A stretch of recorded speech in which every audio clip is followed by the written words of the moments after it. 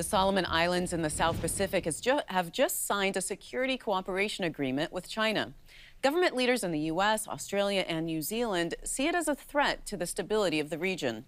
Lyle Goldstein is the Director of Asia Engagement at Defense Priorities and visiting professor at Brown University. Lyle, welcome to the program. Nice to be here. So why are these islands geopolitically important to the U.S.? Yeah, well, they're located in an area of importance in the sort of central, sort of Southwest Pacific.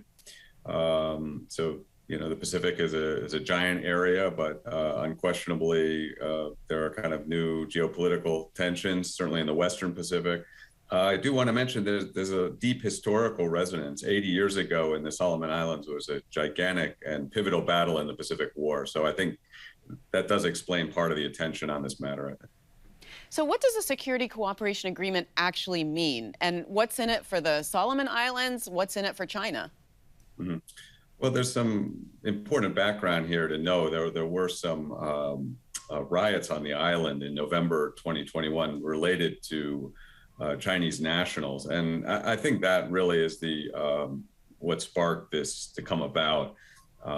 You know, China naturally is concerned about the fate of its citizens. I think one was killed in that particular incident. And the island in general has been caught in this kind of tussle between China and Taiwan, because Solomon Islands recently changed its recognition to recognize China over Taiwan.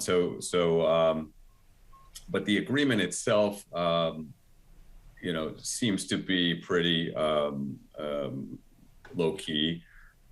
So I think I'm warning against exaggerating the importance of it. You know, the Solomon Islands Prime Minister said that the agreement doesn't include permission for China to establish a military base. Australia's Prime Minister has called that a, quote, red line. Do you think Beijing will honor that? Do you think that that's the ultimate goal of China, is to have a military base on the Solomon Islands? Well, it's a bit hard to tell. I mean, China has recently established a couple of military bases around the world, but it really has a very light global footprint.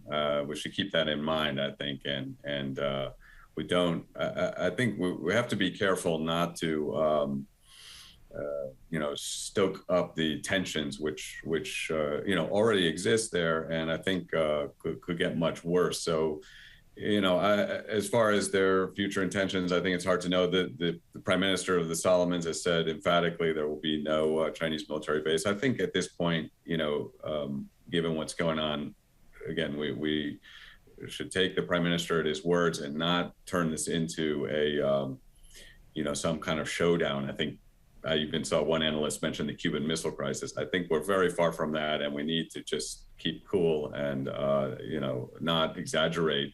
Well, speaking of keeping cool, you know, you've written that Australia's reaction to the news of the agreement is, quote, hysterical. Why do you say that? Well, look, Australia is a very strong country. It's 1,000 miles from the Solomons. It's several thousand miles from China. I really don't see any grave threat to Australia at all. I think it's well prepared for any contingency that could occur now or in the future. I think Australia should maintain its course, which is, you know, cautious. But I think Australia is not well served by stoking up tensions with China over you know, rather minor issues. Again, most of this seems to have derived from this riot that occurred in November 2021. I don't see this as a kind of any kind of looming threat to Australia, New Zealand, or certainly not the United States. So what do you recommend American policymakers do, if anything? Well, I mean, I think that we should focus on you know, making sure that we're defending our own territories very carefully. You know, for Australia, that the meaning is obvious. New Zealand as well. But for the U.S., you know, we focus on Hawaii, Alaska, Guam, and I was trying to say in that piece that we should put the emphasis on Japan as the major kind of cornerstone of our security in the Asia Pacific, and you know, so that really is essential.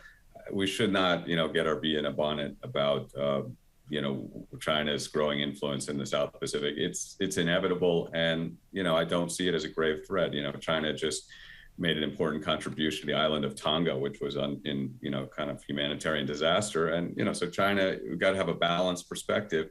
China is doing some okay things out there, some natural things for rising power. If we turn every little issue into a Cuban Missile Crisis, boy, we're going to have a very difficult way. All right, Lyle. Well, we're out of time, but thank you so much for joining us. Thank you so much for having me.